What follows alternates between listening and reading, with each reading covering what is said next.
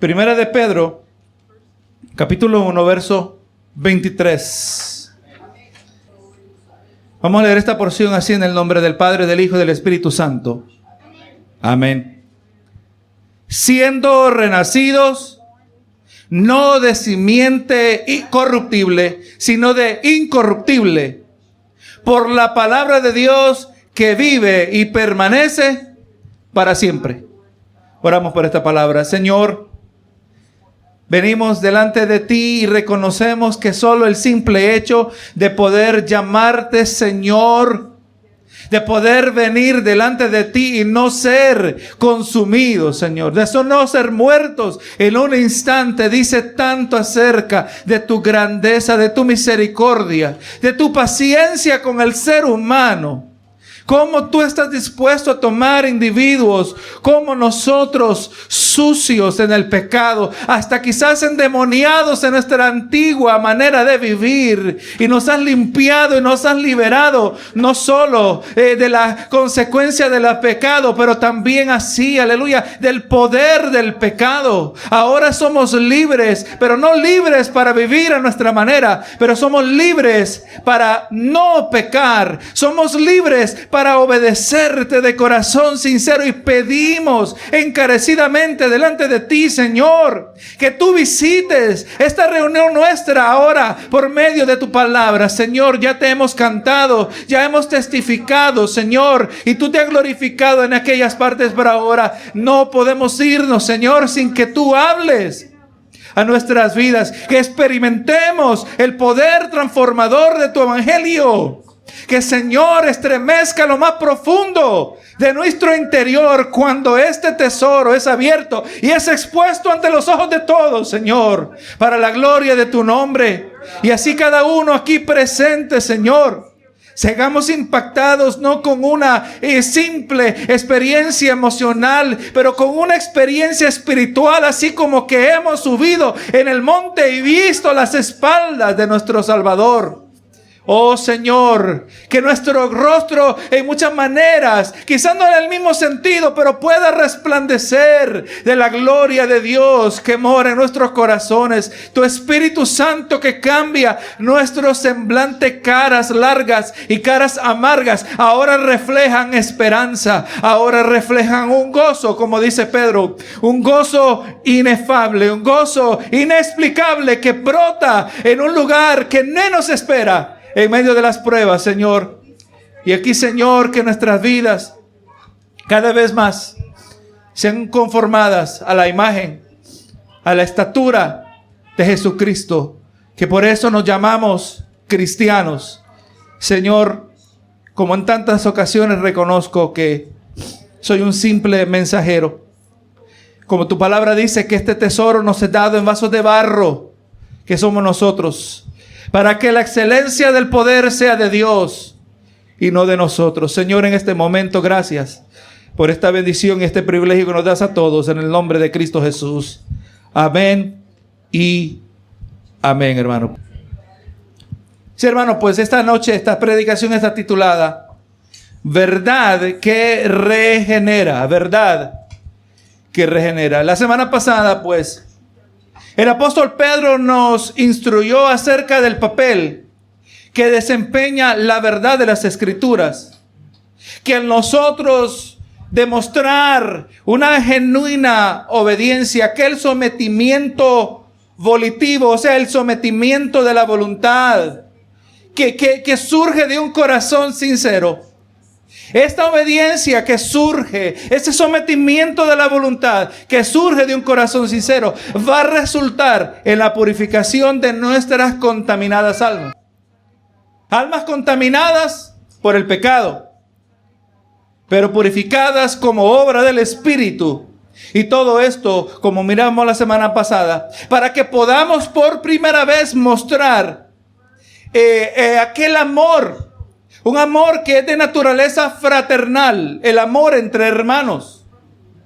Amor, este es un amor que se expresa, mejor dicho, dentro del contexto de la familia de la fe, y no cualquier amor, pero un amor que es entrañable, que viene de las entrañas, surge de lo más profundo de nuestro ser. Un amor que surge de un corazón que ha sido purificado. Por eso, hermano, te ve que Dios nos coloca dentro de la iglesia. Por eso le vemos la advertencia en el libro de los Hebreos.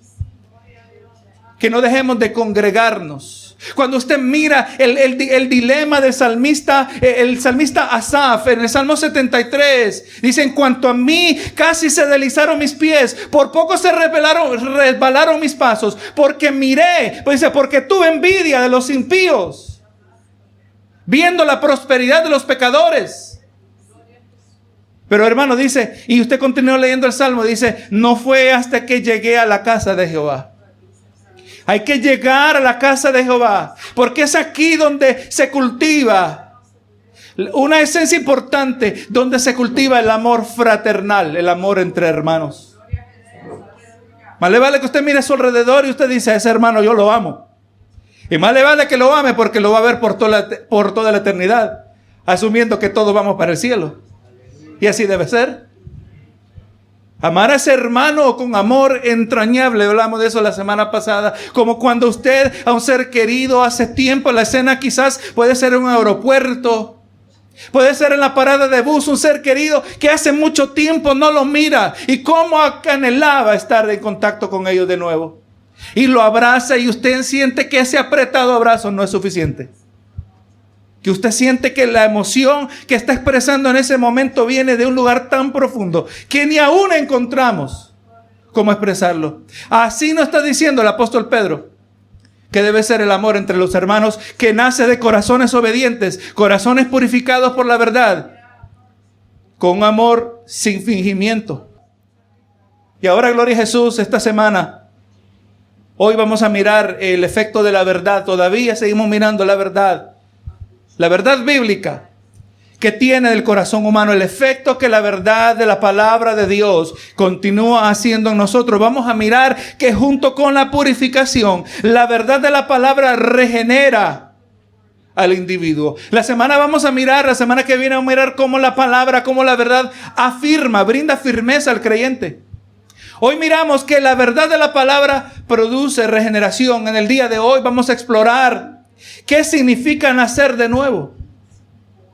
¿Y por qué es necesario nacer de nuevo?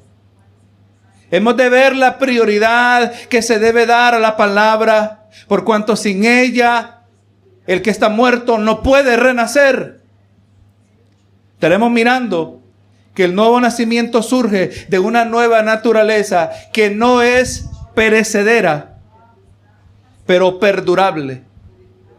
Y que esta nueva naturaleza a nosotros nos otorga un nuevo estatus delante de Dios. Un nuevo estatus que, aleluya, nos libra de las consecuencias del pecado. Estamos hablando de la condenación perpetua, ¿verdad que sí? Este nuevo nacimiento es importante porque al experimentarlo nos coloca en un nuevo estatus delante de Dios. Y ese nuevo estatus ahora como hijos de Dios quiere decir que nosotros no somos libres de la condenación del pecado y que vamos a escapar de la ira venidera, ¿verdad que sí? Leo aquí el verso 22 para un poquito de contexto. Dice: habiendo purificado vuestras almas por la obediencia a la verdad, mediante el Espíritu para el amor fraternal no fingido, amaos unos a otros entrañablemente de corazón puro. Dice, siendo renacidos, el verso que leímos hoy. Siendo renacidos, aquí Pedro está hablando del nuevo nacimiento. En el griego, la palabra traducida siendo renacido lleva la idea de una acción que ocurrió en el pasado, pero sus efectos continúan en el presente y también por ende hasta el futuro. Esto no es algo que ocurrió un día y el día que vinimos a Cristo en verdad, ahí todo se acabó. No. Los efectos de ese nuevo nacimiento, desde ese día en entonces, siguen siendo manifiestos. Efectos de algo que pasó en el pasado, sus efectos continúan en el presente y se dirigen también hacia el futuro. El ejemplo más claro de este concepto, nosotros lo encontramos en aquella conversación nocturna que ocurrió entre Jesús y Nicodemo. Nicodemo, que era miembro del Sanedrín, en lo que en aquel entonces era la Corte Suprema en el antiguo Israel.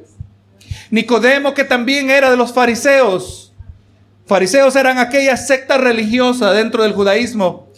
Y este fariseo vino a indagar a Jesús acerca del reino de Dios. Una conversación muy interesante, muy importante también para nuestra comprensión del evangelio. Y aquí nos llevamos, hermano, al libro de Juan, capítulo 3. Están mirando los versos 1 al 3. Pasaje que debemos estar familiarizados por cuanto definen precisamente, exactamente, parte de lo que es la fe cristiana. Tenemos que entender el nuevo nacimiento. Gloria a Jesús. Dice el verso 1 de Juan 3, dice, había un hombre de los fariseos que se llamaba Nicodemo, un principal entre los judíos. Él era un líder. Este vino a Jesús de noche y le dijo, Rabí, sabemos que has venido de Dios como maestro, porque nadie puede hacer estas señales que tú haces si no está Dios con él. Este hombre estaba mirando. Este hombre estaba observando, estaba poniendo atención acerca de la figura que era Jesucristo. Este hombre, quién sabe por cuánto tiempo había estado mirando lo que había escuchado y había atendido lo que se escuchaba, que primero quizás eran rumores, que primero quizás se oía demasiado bueno para creerlo. Pero en la mente judía siempre había algo que era cultivado, una expectativa del Mesías. Sabemos nosotros que lamentable es, usted conoce la historia, como dice el escrito está, ¿verdad? Que a los suyos vino y los suyos no le recibieron. Los líderes religiosos. Pero aquí vemos uno que no estaba tan despistado. Le digo, ¿verdad? Sabemos que ha venido de Dios como maestro, porque nadie, mire otra vez el concepto que hemos hablado. La meta no son los milagros. Los milagros nos llevan a una meta importante, más importante. La meta es de recibir las enseñanzas de Dios, la doctrina. Y sabemos que tú has venido como maestro y los milagros, las señales que han hecho dan autoridad a lo que tú dices y lo que enseñas, ¿verdad? La autoridad, la meta es la enseñanza. Sabemos que nadie puede hacer estas señales que tú haces si no está Dios con él. En esta conversación, Nicodemo reconoce a Jesús como maestro y reconoce su origen divino, el origen divino de su mensaje. Y aún añade todavía que entiende que es imposible que alguien pueda lograr los milagros que Jesús manifestó si Dios no estaba con él, como fue leído. Pero miramos que en la respuesta de Jesús encontramos que, es más, Jesús no niega la veracidad de la conclusión a la que Nicodemo había llegado. En ninguna manera lo corrigió porque Nicodemo no estaba equivocado. No hubo corrección de parte de Dios. Pero como vamos a ver que lo que Nicodemo observó y a la conclusión que él había llegado, vamos mirando que esa no era suficiente. En el verso 3 vemos que Jesús le responde, le dice, respondió Jesús y le dijo, de cierto te digo, que el que no naciere de nuevo no puede ver el reino de Dios. Una mera elevación de la mente a la verdad divina, o en otras palabras, una comprensión de lo que Dios nos ha revelado, no es suficiente. El individuo tiene que nacer de nuevo. Hermano, vamos a conocer, o quizás hemos conocido a lo largo de esta carrera, de esta vida terrenal, esta carrera espiritual, podremos decir más específicamente, toda variedad de aquellos que se llaman así cristianos. Y han habido algunos hermanos que saben mucha Biblia.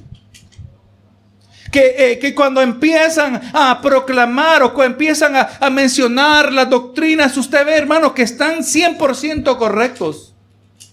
Son ortodoxos, en otras palabras. Usted le pregunta acerca de Jesús. Jesús es el Hijo de Dios, dice. ¿Tú crees en el Espíritu Santo? El Espíritu Santo es la tercera persona de la realidad. ¿Tú crees que Dios tiene control sobre todas las cosas? Dios controla todo en el universo. Él es el dueño del oro y la plata, nos dicen, ¿verdad? Pero eso no es suficiente. Porque el individuo tiene que nacer de nuevo. El fariseo Nicodemo, estudioso de las Escrituras, conocedor, y si usted sigue leyendo, donde Jesús sí reprende a Nicodemo, es que diciendo, tú que pretendes que conoces las Escrituras, no conoces la respuesta a esta pregunta. Se lo dejo de tarea que usted lo lee. Más esté pendiente que le voy a dejar una tarea un poquito más adelante. Pero hermano, una mera elevación de la mente, una comprensión de lo que Dios ha revelado no es suficiente. Cada uno de nosotros tenemos que nacer de nuevo. ¿Y por qué es necesario nacer de nuevo? ¿Por qué es necesaria la regeneración? Las Escrituras, hermano, establecen que la causa del pecado, el ser humano, está espiritualmente muerto.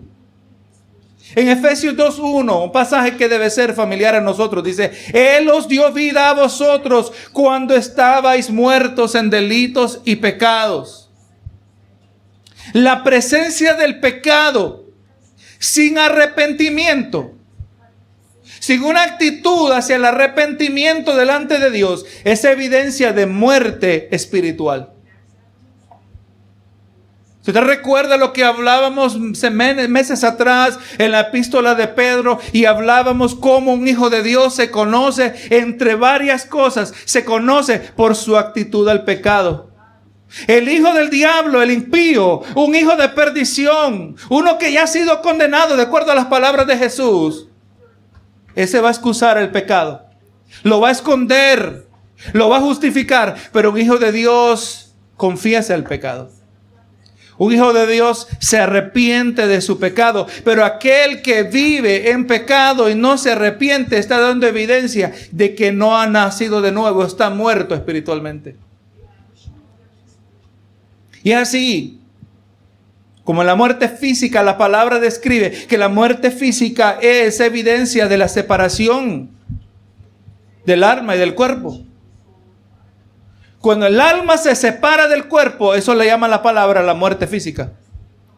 Y de la misma manera que la muerte física es una separación entre el alma y el cuerpo, la muerte espiritual indica la separación entre el alma y Dios. La muerte física, separación entre el alma y el cuerpo. La muerte espiritual, separación entre el alma y Dios. Cada ser humano que ha pecado está separado de Dios y está espiritualmente muerto. ¿Cuántos humanos han pecado? Romanos 3:23 nos contesta Pablo esta preocupación. Por cuanto todos pecaron y están destituidos de la gloria de Dios. Eso quiere decir, hermano, que todo ser humano necesita nacer de nuevo. Por cuanto todo ser humano ha pecado. Estamos mirando que lo que se le estaba diciendo a Nicodemo acerca del nuevo nacimiento, acerca de lo que se entiende teológicamente, la regeneración, el nuevo nacimiento, como Pedro le llama aquí, el renacer. Eso aplica a todo ser humano. Y esa es la meta del Evangelio, hermanos.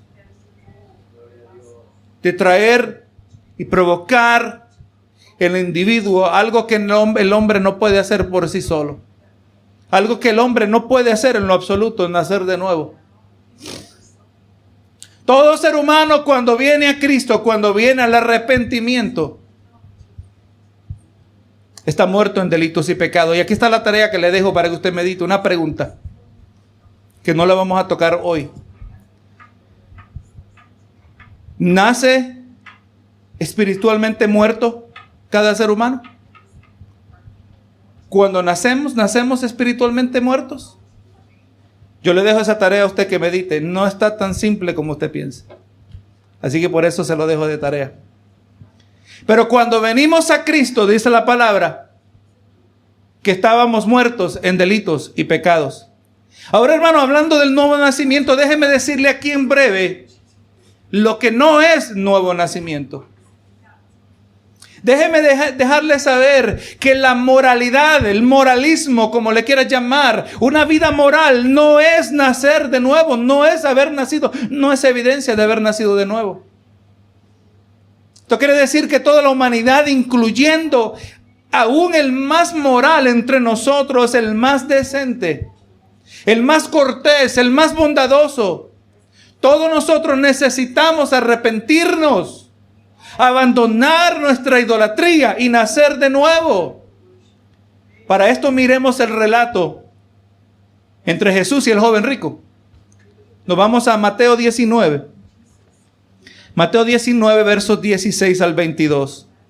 Dice: entonces vino uno y le dijo: maestro bueno, qué bien haré para tener la vida eterna. Usted, conociendo el pasaje, usted ve que este joven ya venía con unas presuposiciones.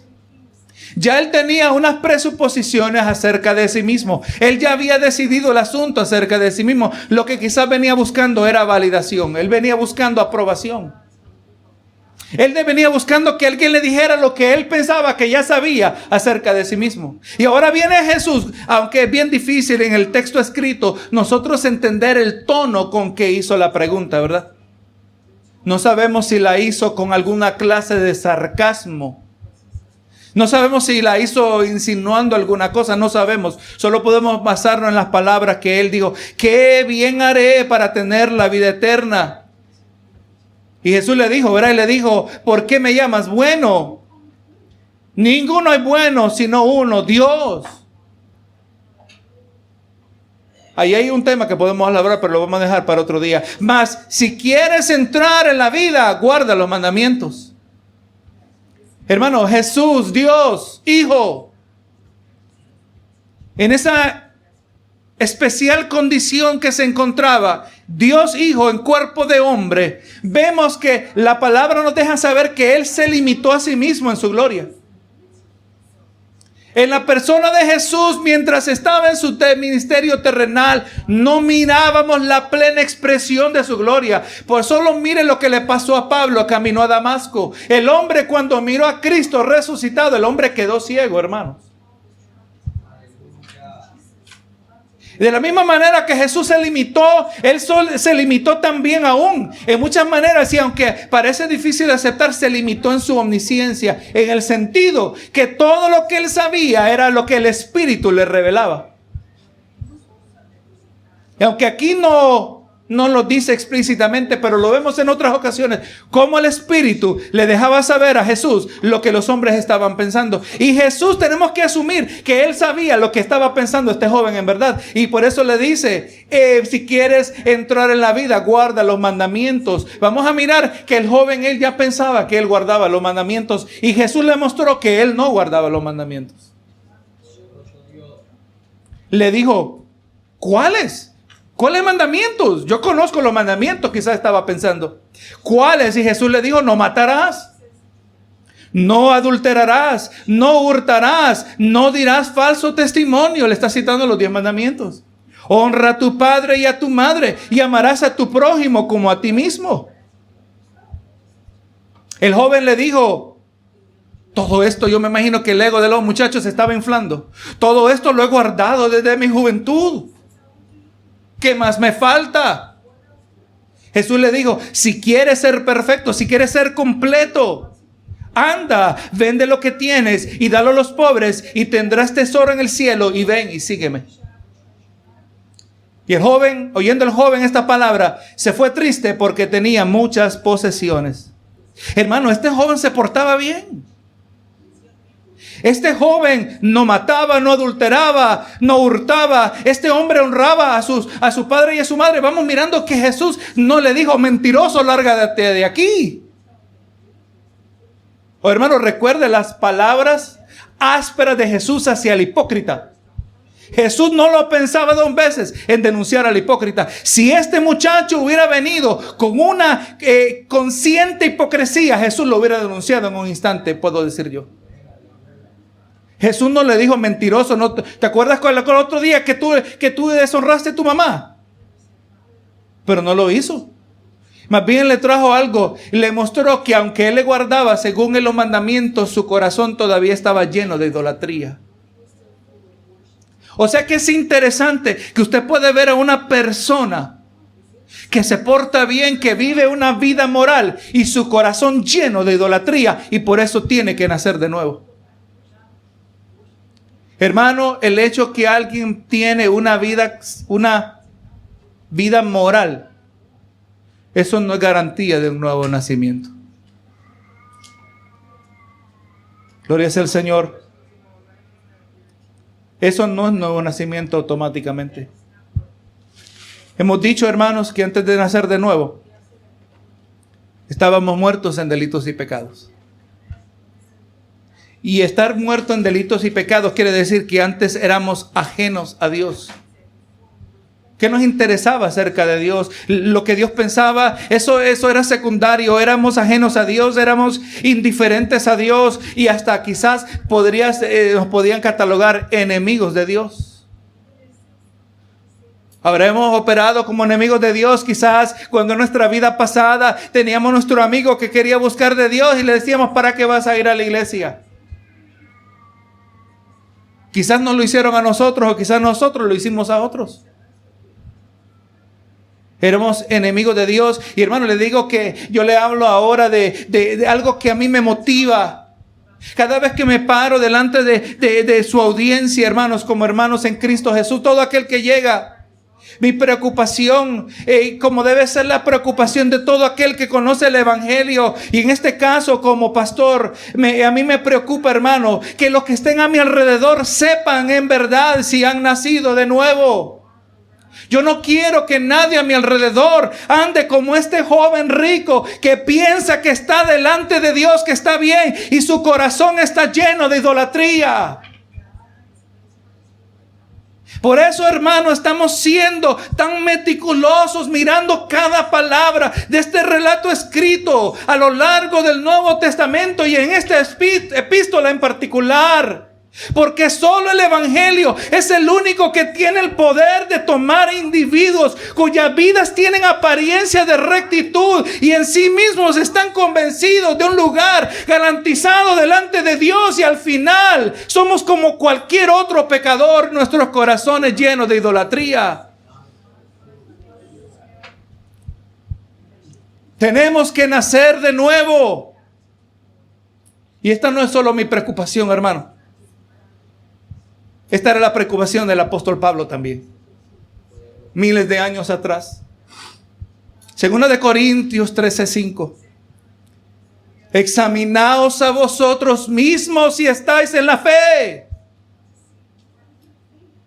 Probaos a vosotros mismos, o no os conocéis a vosotros mismos que Jesucristo está en vosotros, a menos que estéis reprobados. Hermano, eso es lo que a mí me alarma, que muchas veces muchas personas que sienten seguridad espiritual delante de Cristo Jesús son las mismas personas que son ignorantes de la palabra, que ni saben cómo luce el espejo y mucho menos para poderse mirar en luz de Él. Y por eso aquí está la exhortación del apóstol Pablo: examinaos. Eso es algo que debe ser parte a lo largo de todas nuestras vidas. Hermanos, tenemos que asegurarnos que hemos nacido de nuevo. Y si usted y yo no lo hacemos con diligencia, examinando cuidadosamente esta verdad que es la única que puede tomar a un muerto y lo hace renacer, vamos a fracasar en esta carrera. No vamos a escuchar las palabras grandiosas que escucharemos. Espero que todos la escucháramos. Gloria a Jesús. Cuando nos diga el Señor: buen siervo y fiel, sobre poco has sido fiel, sobre mucho te pondré. No al otro lado aquel que porque desperdició todo, le dijo: siervo malo y negligente. Y le dice: lanzarlo ahí donde está la oscuridad, el llorar, el crujir de dientes. Hermano, por eso yo me paro aquí tan apasionadamente delante de usted, para que usted haga la parte que a usted le corresponde y cuidadosamente examinar las Escrituras y examinarse a sí mismo para asegurarse de que usted ha nacido de nuevo. Porque si no, no hay reino de los cielos. Y todo esto en luz de una realidad de un infierno consumidor que nunca termina de consumir al individuo. Hablando de la ira de un Dios que nadie puede escapar de Él, que el ser humano no tiene ninguna salida ni escapatoria, si no es a través de la obra de Jesucristo en la cruz del Calvario. Hermano, entre más usted crece en su santidad, más clara se debe volver su conciencia de lo que es el infierno, para poder valorar esta salvación tan grande que nos ha sido dada. Que mire, hermano, cuán horrendo fue el precio que tuvo que pagar el Hijo de Dios para hacernos escapar de una más horrenda condenación.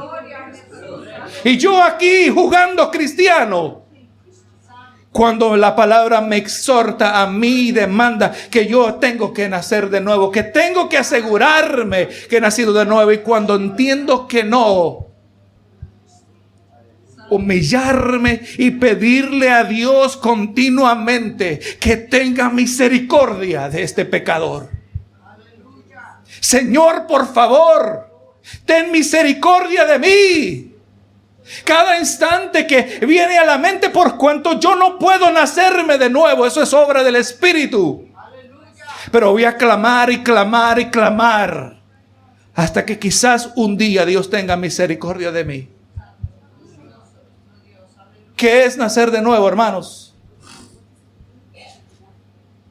Si estar muerto significa ser separado de Dios, al haber nacido de nuevo, al haber sido regenerados, somos unidos con Dios. La regeneración se refiere a aquella obra del Espíritu Santo donde un hombre muerto cobra vida. Estamos hablando de aquella obra divina donde el individuo recibe una nueva naturaleza espiritual que constituye el nuevo nacimiento. La regeneración es el nacimiento de nuestro espíritu. Eso es lo que es la regeneración. El nacimiento de algo que estaba muerto, nuestro espíritu. Y ahora este espíritu que nace dentro de nosotros, nace, hermano, sin la contaminación del pecado. La palabra nos establece que este espíritu siempre está dispuesto para adorar a Dios. La carne es débil, pero el espíritu siempre está dispuesto. Mire lo que esto significa, las implicaciones, lo que esto está en juego. 2 Corintios 5:17, un verso muy conocido. De modo que si alguno está en Cristo, nueva criatura es. Nueva creación es, también se puede traducir más específicamente. Si alguno está en Cristo, nueva creación es. Las cosas viejas pasaron y aquí todas son hechas nuevas. Esta nueva naturaleza del creyente se hace evidente en una transformación radical. Radical se refiere a una transformación hasta las raíces. Una transformación radical de la persona, transformación que se introduce, hermano, hasta la esencia y la personalidad de la persona. Y cómo muchos han fracasado en el día de hoy en identificar el verdadero evangelio, que han creado una categoría de cristianos que le llaman cristianos carnales. No, hermano, eso no puede ser así. Podríamos decir cristianos maduros o inmaduros. Pero el cristiano inmaduro, aún en el inmaduro se entiende que por lo menos está en el proceso de santificación. Pero el cristiano carnal se le está catalogando que aunque es cristiano, su vida es esencialmente carnal. O es carnal o es cristiano, pero cristiano carnal no puede ser. Yo he escuchado pastores hablando de esto. No, hermano. Cuando hay un nuevo nacimiento, esto se va hasta las raíces de quién es la persona.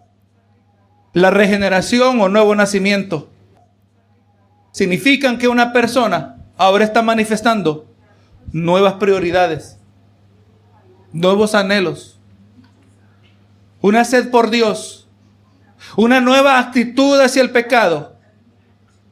Una persona que ha aprendido a dar prontitud al perdón. Gloria sea al Señor. Ese es el nuevo nacimiento. Un día vamos a estar tocando un tema de un libro muy bueno. Se llama 10 preguntas para diagnosticar tu vida espiritual. Tenemos que diagnosticarnos dónde estamos, hermanos. Tenemos que estar seguros que si en algo no vamos a fracasar, es asegurarnos que nosotros hemos nacido de nuevo. No queremos que sea cuando sea demasiado tarde. Y el apóstol Pedro continúa diciendo, siendo renacidos no de simiente corruptible, sino de incorruptible. Podríamos decirle, no de una semilla perecedera, pero de una que no perece. No de simiente corruptible, no de una semilla perecedera, pero sino de una incorruptible, pero de una que no perece. Acerca de esto, el pastor MacArthur nos dice, la semilla representa la fuente de la vida.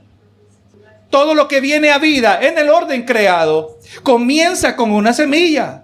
La fuente básica de vida que inicia la existencia de la planta y animal. Pero nada en el mundo material tiene la capacidad de producir vida espiritual y eterna. Por eso Dios nos efectuó el nuevo nacimiento usando una semilla que no perece, y en contraste a como un padre terrenal inicia el nacimiento humano con semilla corruptible, perecedera, Dios inicia el nacimiento espiritual con una semilla incorruptible, una que no perece. O sea, hermano, que ahora que nosotros venimos a Cristo, esto es algo que se va a volver permanente y va a ser eterno si nosotros continuamos en la carrera. Esto no se va a acabar. Lo que el Espíritu Santo hace en aquel que estaba muerto en delitos y pecados es algo que cada vez va mejorando. Aunque estamos mirando, este mundo está dañado, está contaminado. Este cuerpo se va desgastando con el pasar del tiempo. Experimentamos los efectos de la maldad que hay en este mundo, los efectos de la enfermedad. Pero el hombre exterior se va desgastando. El hombre exterior, aleluya, va envejeciendo, pero el hombre interno se rejuvenece cada día. El hombre interno, el ser humano interno, nuestra alma, gloria a Dios, por esa obra del Espíritu Santo, se vuelve más fuerte cada día. Yo le puedo testificar acerca de eso. El efecto del Evangelio y cómo nos ha ayudado a navegar este último año que pasó, ¿verdad que sí? Damos gracias a Dios por ese evangelio que nos sustenta, no basado en erradas expectativas de parte de Dios, pero sabemos exactamente lo que Dios puede y lo que Dios no necesariamente tiene que hacer. Dios me guarde o no me guarde, mi confianza está puesta en Él. Dios me guarde del fuego del horno, como decían los jóvenes hebreos, o no me guarde tampoco, yo voy a desviarme de lealtad a Dios. Hermano, este nuevo nacimiento no es el producto de la carne, no es el producto de la obra de la carne, pero del Espíritu. Este nuevo nacimiento a nosotros nos coloca en un nuevo estatus delante de Dios. Hay tantas cosas, hermano, que están en juego, no simplemente nacer de nuevo. Hay tantas cosas que resultan de este nuevo nacimiento y nos coloca en nuevo estatus delante de Dios. Mire cómo es la actitud de Dios, hermanos. Uno de los más citados pasajes, que suena muy fuerte cuando se cita, pero es verdad, cuando el profeta Ezequiel, profeta que profetizó, que ministró, que proclamó durante el tiempo del cautiverio babilónico. Uno de los más citados versos aparece en Ezequiel 18, donde citamos, el alma que pecare, esa morirá. Si nosotros conocer el Evangelio, entender la magnitud del pecado, suena una afirmación bastante fuerte. Pero cuando leemos el resto del capítulo, encontramos otro lado de parte de Dios también. Así el mismo Dios que está dispuesto a condenar a una muerte perpetua, esa separación de Dios y un tormento eterno en el infierno. Pero ese no es el único lado de Dios. Mire este lado de Dios en Ezequiel 18, 21 y 22. Mas el impío, si se apartare de todos sus pecados que hizo, y guardare todos mis estatutos, e hiciere según el derecho y la justicia, de cierto vivirá y no morirá. Todas las transgresiones que cometió no le serán contadas. En su justicia que hizo vivirá. Acababa el Señor de decir, el alma que pecar esa morirá. Pero mire la misericordia dispuesta, disponible al pecador, hermano. Si nos arrepentimos de nuestros pecados, si mostramos una genuina obediencia guardando sus estatutos. Cuando se guardan los estatutos no se refiere meramente a una externa obediencia. Guardar se refiere a algo que es atesorado hasta en el corazón. ¿No dijo el salmista, en mi corazón he guardado tus dichos para no pecar contra ti? Este nuevo estatus delante de Dios indica que hemos sido librados de las consecuencias del pecado. Cuando el maligno lo quiera acusar a usted que ha nacido de nuevo, usted que ha nacido de nuevo, sabe que seguimos siendo seres humanos y seguimos siendo débiles. Pablo habló de eso también. Flaqueamos en momentos. Recuerden el Salmo 73. Mirando la prosperidad de los impíos, mis pies casi se deslizaron. Por poco resbalo, dijo el salmista. A todos nos ocurre, hermano. No es una situación única, pero cuando el maligno nos quiera acusar y hacernos dudar de nuestro estatus en Cristo Jesús, un estatus que lo hemos alcanzado no por nuestras buenas obras, porque mérito no tenemos, sino por las obras de Jesucristo. La vida de Cristo fue acreditada a nuestra cuenta. Romanos 8:1 nos dice un verso que usted debe consultar con frecuencia, si así usted está pasando. Ahora pues, ninguna condenación hay para los que están en Cristo Jesús. Los que no andan conforme a la carne, sino conforme al Espíritu. Para andar conforme al Espíritu, tiene que haber nacido de nuevo. No hay condenación. Hermano, Dios ya no... Si Él nos ha hecho una nueva criatura, como leíamos unos versos atrás, todas las cosas viejas pasaron, todas son hechas nuevas. Por eso es que ya no hay ninguna condenación para el que está en Cristo Jesús.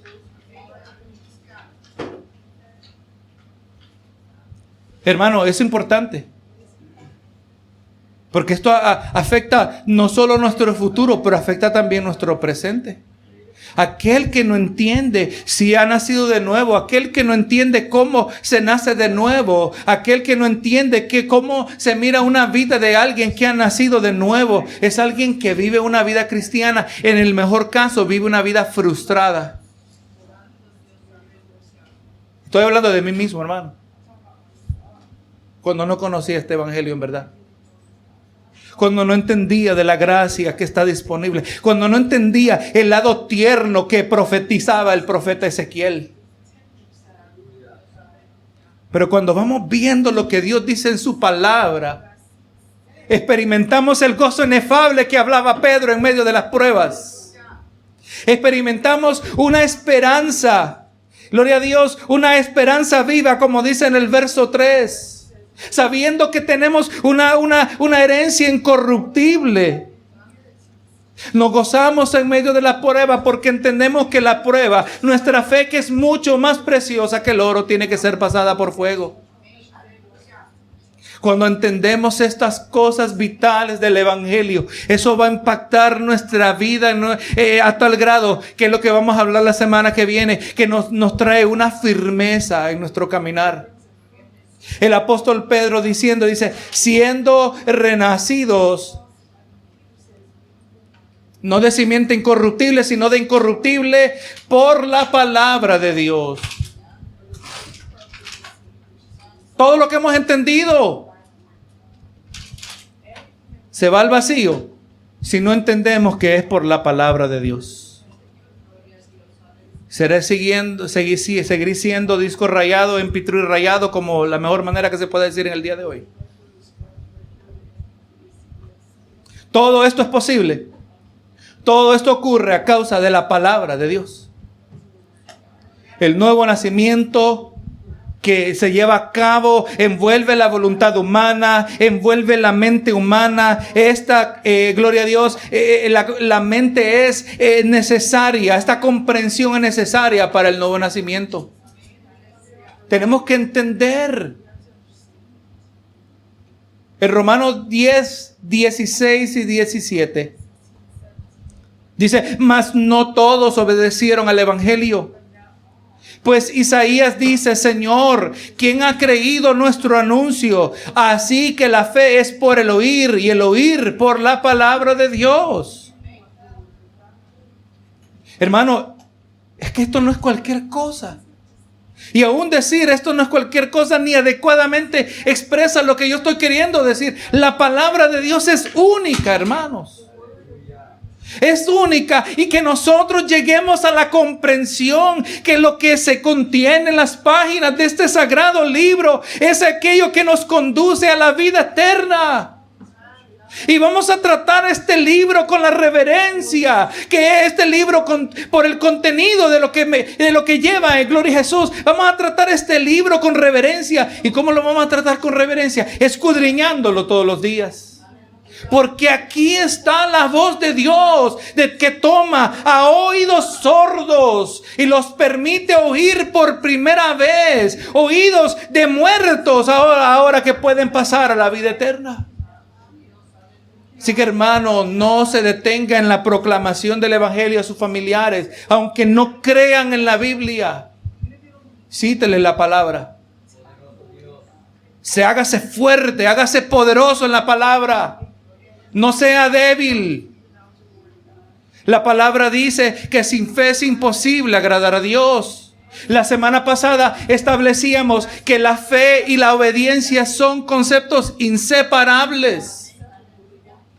El que sin fe es imposible agradar a Dios. En otras palabras, fácilmente podemos decir sin obediencia es imposible agradar a Dios.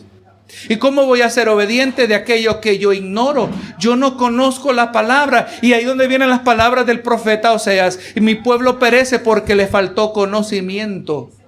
El que ignora la palabra del Señor va a pecar por ignorancia, pero va a pecar. No es excusa, ¿verdad? Señor, es que yo no sabía. Pero ¿qué pasó con la Biblia que yo te di? ¿La escudriñaste toda tu vida? ¿Por qué no adaptaste la actitud del salmista que ya mencionamos? En mi corazón he guardado tus dichos para no pecar.